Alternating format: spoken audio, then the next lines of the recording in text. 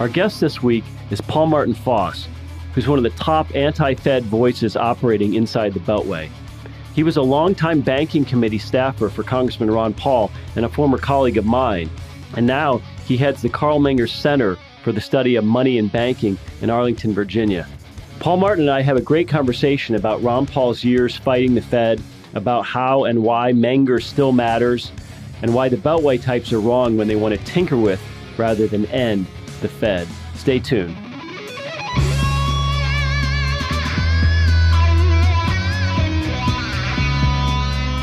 Paul Martin Foss, thanks so much for joining us. How are you today? I'm doing very well, thanks. How are you?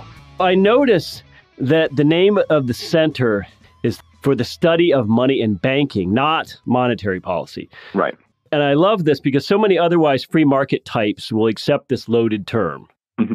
They would object to the terminology of housing policy or energy policy, et cetera.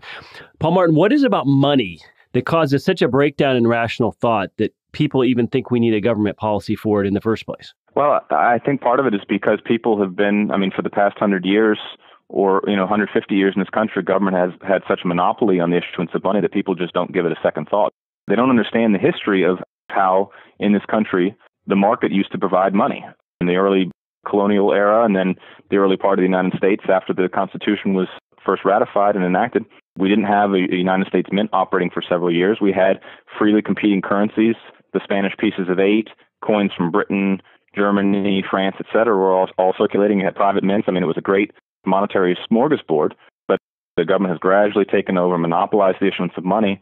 And so for the past 100 years, the public in general and the economics profession particularly has just kind of taken it as a given that, a sovereign nation has the right to monopolize the issue of money.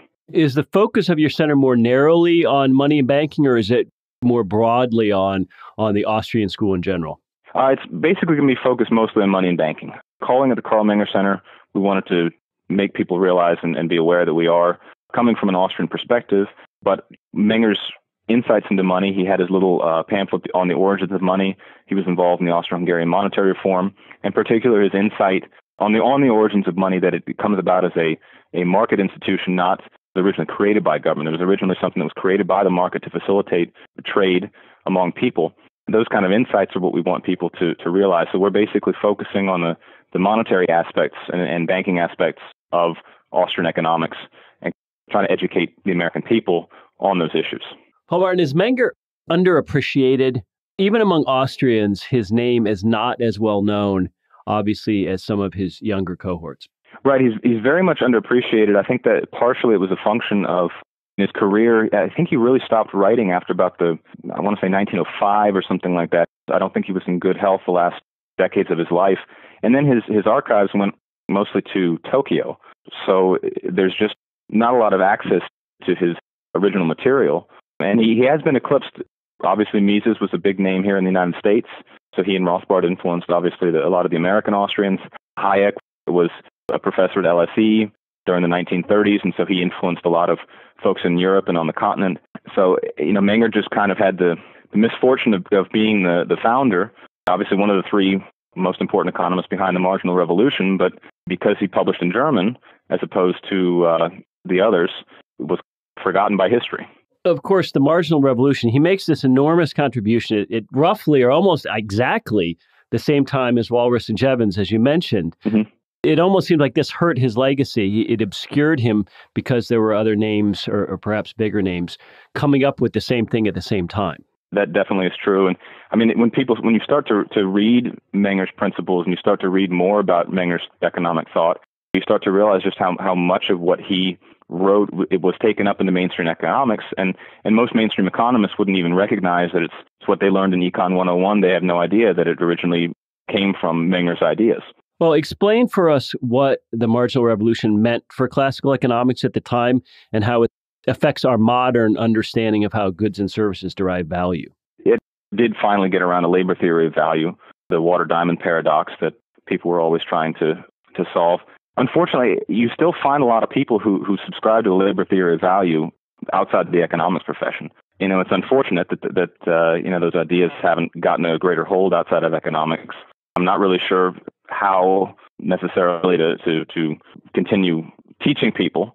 They haven't learned them already. I guess part of it is they just have to be willing to learn those ideas. Well, maybe we need to go back and read Menger's Principles of Economics, which you mentioned earlier. Where do you think this book ranks among the great Austrian books? Obviously, there's several translations, and it's not the easiest read, but most translations aren't. The Principles of Economics was one of the things that was assigned in my economics courses when I studied economics. And like you said, the translations, because it's originally written in German and then translated, it is a little difficult to get into. I think it's definitely one of the most important works, but I wouldn't necessarily assign it as the first work. I'd assign something like Economics in One Lesson from Henry Hazlitt as kind of the introductory work, and then maybe have Principles of Economics following on from there. Once somebody reads something that's a little easier to understand, that's written in a more in layman's terms like Hazlitt, then to kind of segue into Menger, because he does, and some of his terminology, I mean, at least in the translation that I've read, is not terminology that's used in the economics profession. It might come across as archaic or strange, but once somebody has kind of a little bit of foundation, then Menger becomes a lot easier to read. If we look at the thread between individuals, Menger, obviously a huge influence on Mises himself, and then fast forward many, many, many years to the 1970s. Mises is at that point an old man, dies a couple years later, but he influences a young medical doctor at a conference in Houston, Texas. Ron Paul goes to see Ludwig von Mises speak on socialism at the time. Of course, you were an integral part of Ron Paul's efforts to bring an understanding of the Federal Reserve to average Americans. So looking back now, give us some of your thoughts on Ron's revolution since 2008 as it pertains to the Fed. It's amazing. I mean, he's always said, too, that when he went to college campuses and you could get 5,000 students chanting "and the Fed" and burning their Federal Reserve notes, it's a message that kind of resonates with people. The Fed, obviously, since the financial crisis, has taken on a much more activist role in essentially centrally planning the economy. I mean, they decide, well, we want stock prices to go up or housing prices to go up, and they have these determined aims, and they adjust their monetary policy accordingly. I think a lot of people are starting to realize, there was the report that came out the other day from Swiss Re saying that savers have been cost $470 billion due to the Fed's monetary policy. You have people who are pensioners on fixed incomes who see their cost of living rising, even though the official inflation rate is still fairly low. They still see food prices and cost of living continues to increase, and that all has its roots in the Fed's easy monetary policy. So I think he was the right person at the right time, really struck a chord. And one of the things I'd like to do is continue my work in Ron's office to educate people about the Federal Reserve and what it does. Well, of course, Ron deserves tremendous acclaim for what he's done, and I think a lot of intelligent lay people really appreciate him bringing this issue to them. But does Ron get the credit he deserves among Beltway types for this? In other words, he took this wonkish back burner issue, even among economists, and he turned it into a political football. And I'm not certain that he always gets the credit he deserves for this. No, he definitely doesn't get the credit inside the Beltway. What he did essentially is he moved the goalposts. Before he came along, before he really made the Federal Reserve the issue that it was, you couldn't mention ending the Fed in D.C. and be taken seriously. Even today, I mean, there are still some people who will look at you askance, if you say you want to end the Fed. But the idea is taken a lot more seriously today because of Ron, because of his movement. But the Beltway types are still going to try to pander to power. They're going to talk about monetary policy rules and, can we have a better or more efficient monetary policy than what we have right now? But the movers and shakers at the upper echelons are very much set in their ways. I've got a little bit of hope for some of the younger people that maybe, who knows, in 20 or 30 years, maybe we'll have some folks who are, have a little bit of a sounder outlook on the Fed. You really had a front row seat over the years when Ron served on the banking committee in the House, and also later when he finally got the subcommittee chairmanship that he deserved on monetary policy. So tell me, what are some of your memories that stand out from Dr. Paul's questioning of Bernanke in the banking committee over the years? One was when he asked Bernanke, do you do your own grocery shopping? And Bernanke said, yes, I do. And he said, well, then you obviously should know that prices are rising and a lot higher than the CPI is. So that was one great comment. And then there was another one where he held up a 1 ounce silver round, I think it was, and talked about how back in the 1950s, this used to buy so much and now it buys hardly anything, basically the dollar value. I think he did that during the campaign too, where he held up a silver diamond that he used to buy gallon of gasoline back in the 1950s, now a dime won't buy that anymore. So, talking about the devaluation of the dollar under the Fed's purview. Well, it was great theater, though, wasn't it? Yeah, it was. The image you bring up of Bernanke doing his grocery shopping, I'm just going to go out on a limb and say that Mr. Bernanke's neighborhood features a Whole Foods rather than a Piggly Wiggly or a Kroger. It's also interesting how the GOP has tried to co-opt the anti-Fed sentiment that Ron created. Of course, they want to tinker with the Fed, not end it. Can you talk a little bit about this phenomenon of them using Ron for political gain? In my opinion, it really kind of came to a head when Audit the Fed, they brought it up for a vote in 2012. And they gave us no advance warning whatsoever. I remember it was an email that said, here's what we're going to be voting on in July. And I had just initially ignored it because I figured, it's a bunch of crap legislation. And then I saw, wait a minute, Audit the Fed's up there. They gave us no advance warning. And it was basically, I thought it was a very cynical ploy to try to get Ron supporters on the side of the GOP for the upcoming Republican convention. That's why they waited until July, right before an election. They knew even if it passes the House, there's no way it's going to get through the Senate, no way it's going to become law. It was a very cynical move, in my opinion. They did the same thing last year, waited until just before the election.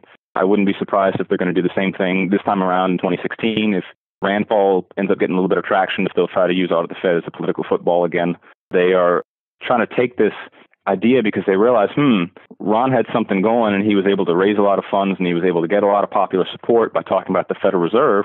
So they think, well, if we can just take a little bit of that language, and sprinkle it in here and there, then maybe we can get that kind of same support. And obviously it's not going to work, but it is very, definite cynical political ploy. When you mention Audit the Fed, tell us what, in your view, a real or true audit of the Fed would look like as opposed to what we get, which is the Fed presenting its balance sheet at the end of the year as a fait accompli. I think what a real audit would show us is where exactly all this money is going. I mean, they've got $2 trillion of Treasury securities, $1.5 trillion of mortgage-backed securities. A real audit would show a lot sooner than what we're able to find out right now who's getting that money. I mean, who are they buying this from? When is it occurring? I mean, you hear the rumors of the primary dealers buy the treasuries at the Treasury auction and immediately sell them to the Fed. Those are the kind of things we'd like to find out because it's basically backdoor monetization of the debt. So those types of things, who's getting bailed out? I remember there was a very small partial audit back in, I think as a result of Dodd-Frank, and then there was some of the data that we got from the New York Fed FOIA lawsuit that they lost, where they had to disclose some of this transactional data. And then that's when we found out the two wives of JP Morgan executives had formed a financial services company and got a few $100 million from the Fed through a bailout facility to help start their business. So it's those types of crony operations that an audit would shed some light on. That's why the Fed doesn't want an audit. Perhaps in the early 2000s, when Ron was in office, we used to talk about wanting more information on the interest rate setting function, the de facto interest rate setting function of the Fed. Now, Paul Martin, we've got the situation where since 2008, the monetary base has been expanded considerably. So you've got all these Fed member banks sitting there with huge reserves on their balance sheets, not lending them out, but availing themselves of the 0.25% interest that the Fed itself will pay them. So Bernanke and Janet Yellen have both talked about the limits of monetary policy. I guess the popular term is pushing on a string. Mm-hmm. Have we now reached the point where the Fed's ability to affect interest rates is being diminished because banks have tons of reserves and rather than lend it out, and apparently what they see is still an uneasy economy, they'd rather content themselves with this small amount of interest from the Fed? I think we may very well be reaching that point. I'm not sure if we're quite there in the U.S., but you see what's happening in Japan with Abenomics, where they're doing their own quantitative easing and it's not really having any effect. Europe, the ECB has dropped some of their overnight rates to negative territory in the hopes that it would force banks to lend, and the banks said, nope, we're going to keep holding these huge amounts of reserves. I think we're rapidly reaching that point here in the States. It'll be interesting to see what happens over the summer. I don't think the Fed is going to raise interest rates in June. I think September at the very earliest, but they may very well end up deciding to continue keeping them low for quite a long time. But like you said, we're very rapidly reaching the point where it's not really going to have much of an effect. We've had so much quantitative easing already. The marginal effect of any additional easing, unless you're talking trillions and trillions and trillions of dollars of additional easing, which of course would just completely ruin the economy. Paul Martin, as we wrap this up, I'd like to get a few of your thoughts about tactics.